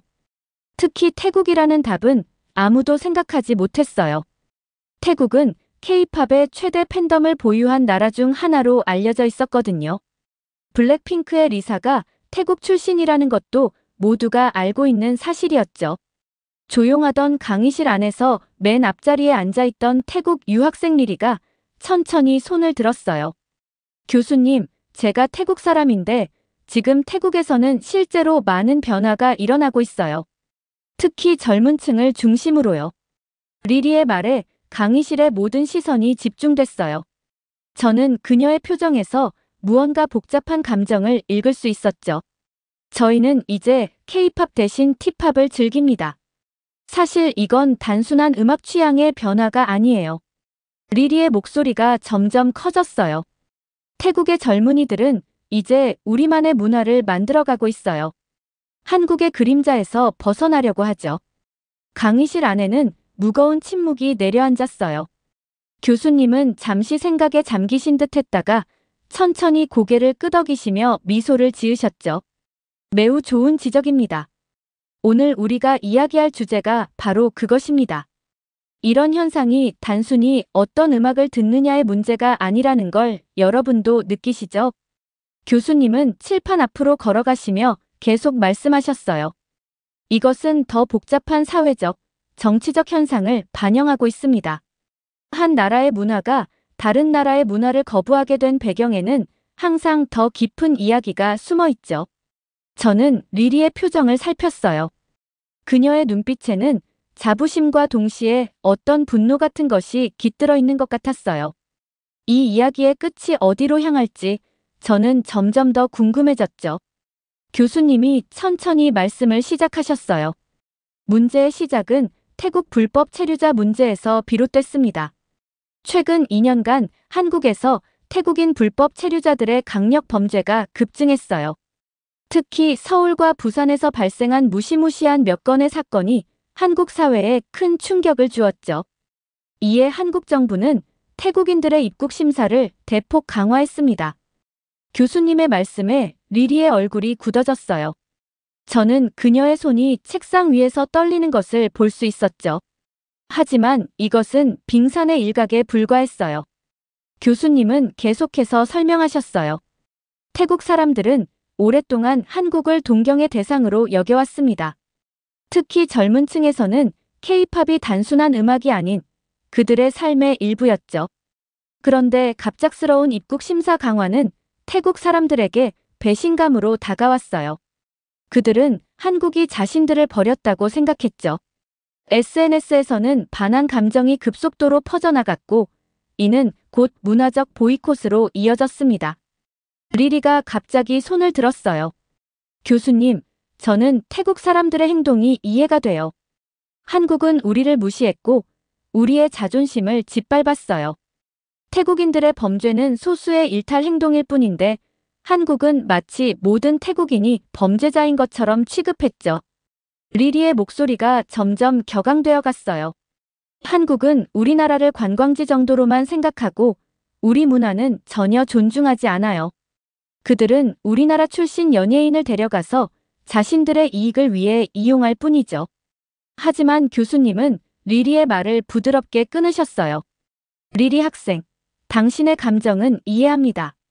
하지만 우리는 이런 현상이 왜 일어나는지 객관적으로 살펴볼 필요가 있어요. 교수님은 프로젝터를 켜셨어요. 화면에는 태국의 각종 SNS 캡처 화면들이 나타났죠. 한국 연예인들을 비난하는 댓글들, 한국 제품 불매 운동 해시태그, 그리고 한국 관광 거부 운동의 증거들이었어요. 특히 방콕에서는 한국인들을 향한 위협적인 행동들이 보고되고 있습니다. 현지 한국 K-팝 스토어들이 습격을 당하기도 했고 한국인 관광객들이 아무런 이유 없이 위협을 받는 사례도 있었죠. 그건 당연해요. 한국이 먼저 우리를 무시했잖아요.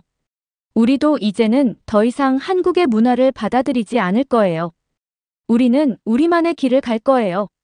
저는 노트북에 빠르게 타이핑을 하면서도 리리의 반응을 주시했어요. 그녀의 얼굴에는 분노의 감정을 띠고 있었죠. 이런 현상은 특히 SNS에서 두드러졌어요. 교수님이 계속 설명하셨죠. 젊은 층을 중심으로 한국 없는 태국이라는 해시태그가 퍼져나갔고 이는 곧 문화적인 단절로 이어졌습니다. 교수님은 잠시 말을 멈추고 물을 한 모금 드셨어요. 다음 이야기는 더 민감한 주제로 이어질 것 같았죠. 저는 펜을 꽉 쥐며 그 다음 이야기를 기다렸어요. 이제 좀 더 민감한 주제를 다뤄보려고 합니다. 교수님이 말씀하시며 프로젝터의 화면을 바꾸셨어요. 화면에는 블랙핑크의 리사가 등장했죠. 태국 사람들에게 리사는 특별한 존재였습니다. 그녀는 태국의 평민 계급인 로쏘 계급 출신으로 세계적인 K-팝 스타가 되었죠. 이는 많은 태국 젊은이들에게 희망이 되었어요. 리리가 고개를 끄덕였어요. 맞아요. 리사는 우리의 자부심이었죠. 하지만 이제는 그렇지 않아요. 교수님은 다음 슬라이드로 넘어가셨어요. 거기에는 리사와 한 남자가 파리의 고급 레스토랑에서 찍힌 사진이 있었죠. 최근 리사의 열애설이 태국 내 갈등을 더욱 증폭시켰습니다. 상대는 프레데릭 아르노인데요. 세계 최대 럭셔리 그룹 LVMH의 후계자 중 한 명입니다. 그는 현재 프랑스의 명품 시계 브랜드 태그 호이어의 CEO를 맡고 있어요. 그의 아버지는 세계 1위 부자인 베르나르 아르노로 LVMH 그룹의 회장이죠. LVMH는 루이비통, 모에샹동, 디올, 불가리 등 75개 이상의 럭셔리 브랜드를 소유하고 있는 기업입니다. 강의실에서 작은 탄성이 들렸어요. 프레데릭 아르노의 가문은 200조가 넘는 재산을 보유하고 있다고 하죠. 교수님은 프로젝터 화면을 넘기시며 계속 설명하셨어요. 프레데릭 아르노는 2022년 11월 블랙핑크의 LA 콘서트를 관람한 후 자신의 인스타그램에 멤버들과 찍은 사진을 올렸어요. 특히 파리에서 만나요라는 의미심장한 메시지를 남겼죠. 최근에는 파리의 유명 레스토랑에서 리사와 데이트하는 모습이 여러 차례 포착되었습니다. 리리가 갑자기 자리에서 일어났어요. 이건 분명 돈으로 리사를 데려가려는 거예요. 200조가 넘는 재산을 가진 집안이. 교수님은 차분한 목소리로 말을 이어가셨어요. 하지만 실제로 두 사람의 데이트 장면을 목격한 사람들의 증언에 따르면 이는 자연스러운 연인 관계로 보인다고 합니다. 프레데릭은 리사의 공연을 여러 차례 직접 찾아가 응원했고 서로를 존중하는 모습을 보여주었죠. 태국의 극성 팬들은 이 연애 소식을 매우 부정적으로 받아들였어요. 그들은 한국이 리사를 프랑스에 팔아넘겼다고 주장하고 있죠. 리리가 다시 손을 들더니 격앙된 목소리로 말했어요. 이게 다 한국 기획사의 계략이에요. YG는 분명 LVMH 그룹과 거래를 했을 거예요. 리사를 프랑스로 보내고 아마도 루이비통이나 디올의 독점 계약권을 받았겠죠. 아니면 더 큰 뭔가가 있을 거예요. 리사의 재계약이 불발된 것도 다 이런 이유 때문이에요. 리사는 이제 태국으로 돌아와서 우리나라의 자존심을 지켜야 해요. 강의실의 공기가 더욱 무거워졌어요. 리리의 주장은 전혀 근거가 없어 보였지만 그녀의 목소리에는 확신이 가득했죠. 교수님은 잠시 생각에 잠기신 듯 했어요. 교수님은 이번에 리사의 최근 공개된 미발매곡 물릿 플로어의 가사를 띄웠어요. 하지만 실제로 리사의 노래 가사를 보면 녹색 눈의 프랑스 소년이 날 사로잡았다라는 내용이 나옵니다. 이는 자발적인 감정을 표현한 것으로 보이죠. 그건 한국이 시킨 거예요. 리사는 이제 자기 의지대로 할 수 없어요. 프랑스에서 선정적인 쇼를 하고 태국 여성이 성적 대상이 되는 걸 우리는 더 이상 지켜볼 수 없어요. 저는 이 상황이 점점 더 복잡해지는 것을 느꼈어요. 단순한 연예계 스캔들이 아닌 민족의 자존심과 문화적 갈등이 얽혀있는 문제라는 게 보였죠. 잠깐만요. 갑자기 교실 뒤쪽에서 한 여학생이 일어났어요. 한국 유학생 나연이었죠. 저는 더 이상 가만히 듣고만 있을 수 없네요. 태국 팬들이 리사와 관련된 모든 한국 가수들을 SNS로 테러하고 있다는 사실을 아시나요? 나연의 목소리는 차분했지만 단호했어요. 나연은 자신의 핸드폰을 들어보였어요. 여기 봐요. 태국 팬들은 리사의 SNS에 들어가서 한국어로 된 댓글은 모조리 신고하고 있어요. 심지어 블랙핑크 멤버들의 게시물에도 악성 댓글을 달고 있죠. 리리가 즉각 반박했어요. 그건 우리의 정당한 권리예요. 리사는 우리 태국의 자존심이에요. 그녀는 우리와 같은 로쏘 계급 출신이에요. 우리도 리사처럼 될 수 있다는 희망이었죠. 근데 한국은 그걸 빼앗아갔어요. 나연이 고개를 절레절레 저었어요. 리사는 당신들의 소유물이 아니에요. 그녀는 한 인간으로서 자신의 선택을 할 권리가 있죠. 리리가 소리쳤어요. 아니요. 리사는 태국으로 돌아와야 해요. 여기서는 그녀를 더 잘 대우해 줄 수 있어요. 결혼도 태국 사람과 해야 하고 태국에서 활동해야 해요. 우리는 그녀를 통해 희망을 봤어요. 우리도 세계적인 스타가 될 수 있다는 희망이요. 교실 안의 공기가 팽팽해졌어요. 다른 학생들은 숨죽인 채 두 사람의 설전을 지켜보고 있었죠. 그래서 한국이 리사를 세계적인 스타로 키워놨더니 이제 와서 다시 태국으로 돌아오라고 한다는 거죠? 나연이 반박하며 말했어요. 맞아요. 우리는 리사가 필요해요. 그녀는 우리의 희망이에요. 저도 리사처럼 될 수 있다고 믿었어요. 우리 모든 로쏘 계급 사람들이요. 저는 리리에게 리사는 단순한 연예인이 아닌 자신의 꿈과 희망을 투영한 존재라는 걸 깨달았어요. 그래서 당신들은 리사의 행복은 전혀 고려하지 않는 건가요? 나연이 조용히 물었어요. 이런 태국 팬들의 과도한 행동이 결국 태국의 K-팝 산업 전체에 큰 타격을 주고 말았어요.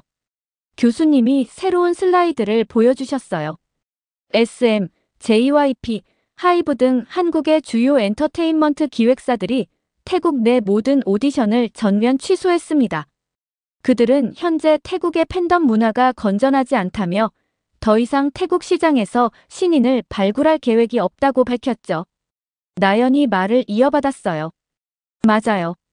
한국 기획사들은 악질적인 태국 팬들로 인해 아티스트들이 큰 고통을 받고 있으며 이런 상황에서는 태국 출신 가수를 뽑는 것조차 부담이라고 했어요. 리리의 얼굴이 창백해졌어요. 하지만 그건 너무 극단적이에요. 모든 태국 팬이 그런 건 아닌데. 맞아요. 모든 태국 팬이 그런 건 아니에요. 하지만 일부 극성 팬들의 행동이 전체 태국 K-팝 산업에 치명적인 영향을 미친 거죠. 특히 최근 들어 태국 팬들의 과도한 행동이 SNS를 통해 전 세계적으로 퍼지면서 한국 기획사들은 더 이상 위험을 감수하지 않기로 한 겁니다. 과거 태국은 K-팝의 가장 중요한 해외 시장 중 하나였습니다. 하지만 최근 들어 태국 팬들의 과도한 행동이 큰 문제가 되고 있죠. 교수님은 태국 팬들의 문제적 행동들을 하나씩 설명하시기 시작했어요. 첫 번째로 심각한 것은 사생팬 문제입니다. 태국의 일부 팬들이 한국 아이돌들의 사생활을 심각하게 침해하고 있어요. 방콕 공항에서 아이돌을 둘러싸고 위협적인 행동을 하거나 숙소까지 따라가는 일이 빈번하게 발생하고 있죠. 나연이 고개를 끄덕이며 말했어요. 제가 직접 본 적이 있어요. 방콕에서 콘서트가 있을 때 일부 팬들이 호텔 로비에서 밤새 기다리면서 아티스트들을 괴롭혔죠. 두 번째는 선물과 금전 요구 문제예요. 태국 팬들 중 일부가 수천만 원대의 명품을 선물로 보내고 이를 받은 아티스트에게 특별한 대우를 요구하는 일이 있었습니다. 심지어 어떤 팬은 자신이 보낸 선물값을 돌려달라고 요구하기도 했죠. 리리는 불편한 표정을 지었지만 반박할 수 없었어요. 세 번째로 심각한 것은 온라인상의 문제입니다. 태국 팬들은 특정 아이돌이나 그룹을 대상으로 조직적인 악성 댓글을 달거나 근거 없는 루머를 퍼뜨리는 일이 잦았어요. 특히 자신들이 좋아하는 아이돌과 경쟁 구도에 있는 가수들을 집중적으로 공격했죠. 마지막으로 콘서트 현장에서의 매너 문제가 있습니다. 방콕에서 열린 콘서트에서는 일부 팬들이 무대 위로 물건을 던지거나 다른 팬들의 자리를 강제로 점거하는 등의 문제를 일으켰어요. 심지어 공연 중에 무단으로 촬영하다가 적발된 사례도 있었죠. 리리는 고개를 숙인 채 말이 없었어요. 교수님이 한숨을 쉬며 말했죠. 이제 태국의 많은 젊은이들이 K-팝 스타가 될 기회를 잃게 된 거예요. 리사처럼요. 리리가 갑자기 격앙된 목소리로 말했어요. 이제 리사가 태국으로 돌아와서 T-팝을 이끌어야 해요. K-팝은 곧 몰락할 거예요. 우리는 우리만의 음악을 만들 수 있어요. 교수님은 한숨을 쉬며 프로젝터 화면을 전환하셨어요. 흥미로운 통계 자료를 보여드리겠습니다. 글로벌 음악 시장에서 언어가 미치는 영향에 대한 흥미로운 연구 결과를 보여드리겠습니다. 화면에는 2024 글로벌 음악 산업 언어 선호도 조사 결과가 나타났어요. 영어를 제외한 언어 중에서 한국어가 가장 높은 선호도를 보였죠. 보시다시피 한국어는 외국인들이 듣기 좋은 언어 1위로 꼽혔습니다. 특히 10대, 20대 응답자의 78%가 한국어 발음이 멜로디와 잘 어울린다고 답했어요. K-팝 노래에서도 영어 가사보다 한국어 가사 부분을 더 선호한다는 응답이 65%를 차지했죠. 교수님은 다음 슬라이드로 넘어가셨어요. 반면에 태국어는 글로벌 음악 시장에서 다소 어려움을 겪고 있습니다. 응답자의 67%가 태국어 발음이 노래와 조화를 이루기 어렵다고 답했고, 특히 성조 언어의 특성이 현대 팝 음악과 맞지 않는다는 의견이 많았어요. 물론 이건 제 개인적인 의견이 아닙니다. 세계적인 음악 시장 조사 기관인 글로벌 뮤직 트렌드 리서치의 공식 통계 자료예요. 전 세계 25개국 5만 명 이상을 대상으로 한 설문 결과죠. 또 다른 흥미로운 연구 결과도 있습니다. 교수님이 새로운 자료를 보여주셨어요. 외국인들이 K-팝 가사를 번역해서 읽었을 때 그 의미의 아름다움에 매료된다고 해요. 교수님은 K-팝 노래 중 꽃길이라는 노래 가사를 예시로 보여주셨어요.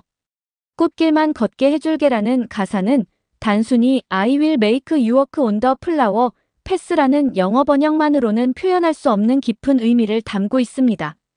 한국어에서 꽃길은 행복과 성공의 상징적 의미를 가지고 있죠. 실제로 해외 팬들 사이에서는 K-팝 가사의 한글 원문을 배우고 이해하려는 움직임이 활발해요. 단순히 음악을 듣는 것을 넘어서 가사의 진정한 의미를 이해하고 싶어 하는 거죠. 나연이 덧붙였어요. 맞아요. 제가 아는 외국인 친구들도 방탄소년단의 봄날이나 아이유의 반편지 같은 노래의 가사를 읽으면서 한글의 시적인 아름다움에 감동했다고 해요. 교수님이 설명을 이어가셨어요. 한글은 소리와 의미가 조화롭게 어우러지는 언어입니다. 특히 은유와 직유를 사용한 표현들이 외국인들에게 새롭고 신선하게 다가간다고 해요. 하늘을 담은 눈동자, 별들의 춤 같은 표현들이요. 리리가 소리쳤어요. 그건 거짓말이에요. 분명 누군가가 일부러 T-팝을 방해하기 위해 만든 가짜 통계일 거예요. 교수님은 차분히 다음 자료를 보여주셨어요. 최근 세계적으로 한국어를 배우는 외국인의 수가 놀라운 증가세를 보이고 있습니다. 2020년에는 전년 대비 32% 증가했고 2021년에는 37%, 2022년에는 무려 41%의 증가율을 기록했습니다. 특히 유럽과 남미 지역에서 한국어 학습자가 폭발적으로 늘었죠. 나연이 자신의 경험을 이야기했어요. 저는 작년 여름 유럽 여행을 다녀왔는데요. 정말 놀라운 경험을 했어요.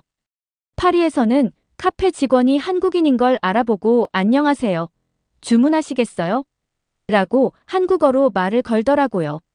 로마에서는 길을 걷다가 현지 학생들이 한국 남자를 보고 오빠야 라고 외치면서 사진을 찍자고 하기도 했어요. 교수님은 의미심장한 표정으로 말씀을 이어가셨어요. 현재 태국에서는 반항 감정으로 인해 한국인들이 차별을 받고 있습니다.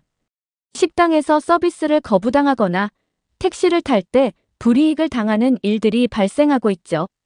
하지만 흥미롭게도 다른 나라들, 특히 유럽, 남미, 중동 지역에서는 한국인들을 선망의 대상으로 여기고 있어요.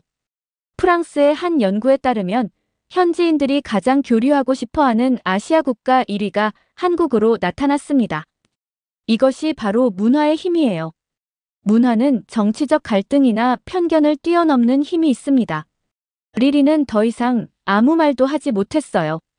그녀의 눈에는 복잡한 감정이 서려 있었죠. 교수님이 마지막 슬라이드를 보여주셨어요. 태국의 음악 산업이 과연 K-팝을 따라잡을 수 있을까요? 통계를 보면 현재로서는 불가능해 보입니다. 글로벌 음원 시장에서 태국 음악이 차지하는 비율은 0.1%도 되지 않죠. 제작 시스템의 차이도 큽니다. K-팝은 체계적인 트레이닝 시스템을 갖추고 있지만 태국은 아직 그런 단계가 아니에요. 실제로 태국 청소년들을 대상으로 한 설문조사를 보면 87%가 K-팝 아이돌이 되는 것이 최고의 꿈이라고 답했습니다. 한국에서 K-팝 아이돌로 데뷔한다는 건 말 그대로 인생 역전이죠. 리사의 경우를 보세요. 태국의 평범한 가정에서 자랐지만 현재 그녀의 개인 순자산은 350억 원이 넘습니다. 전 세계 8,500만 명의 팔로워를 보유한 영향력 있는 스타가 되었고요. 하지만 현재 태국의 반한 감정이 이런 꿈들을 모두 앗아가고 있습니다. 한국의 주요 기획사들이 태국 오디션을 전면 중단했고 이미 트레이닝 중이던 태국 연습생들도 대부분 계약이 종료되었죠. 이건 단순한 기획사들의 보복이 아닙니다. 태국이 스스로 자신들의 미래 세대의 기회를 닫아버린 겁니다. 리리는 자리에서 벌떡 일어났다가 다시 털썩 주저앉았어요. 그녀의 손이 부들부들 떨리고 있었고 눈에서는 분노와 슬픔이 동시에 묻어났죠. 교실 안의 모든 학생들이 그녀를 바라보고 있었지만 아무도 말을 걸지 못했어요. 강의가 끝나고 저는 오늘 수업을 곱씹어 보았어요. 문화는 마치 물처럼 자유롭게 흘러야 하는 건데 민족주의라는 벽을 세우는 순간 그 흐름이 막혀버리는 거죠. 한 나라의 감정적인 대응이 어떻게 수많은 젊은이들의 꿈과 희망을 앗아갈 수 있는지 오늘 강의를 통해 뼈저리게 느낄 수 있었어요. 가방을 싸면서 리리를 한 번 더 바라봤어요. 그녀의 모습에서 태국의 모든 젊은이들의 좌절된 꿈이 보이는 것 같았죠. 문화는 서로를 이해하고 존중할 때 비로소 꽃피는 건데, 이런 아픔이 언제쯤 치유될 수 있을까? 하는 생각이 머릿속을 맴돌았어요. 이렇게 블랙핑크 멤버의 리사에 관한 사연 어떻게 들으셨나요? 한국에서 이렇게 활동을 활발히 하는데도 불구하고 일부 악성 태국 팬들 때문에 구설수에 휘말린다는 사실이 안타까웠는데요. 또 리사의 열애설이 태국 팬들을 분노하게 만드는 사실은 충격적이었습니다. 여러분들의 의견은 어떠신가요? 다양한 의견을 댓글을 통해 공유해주세요. 긴 영상 시청해주셔서 감사드리고 구독과 좋아요 부탁드립니다.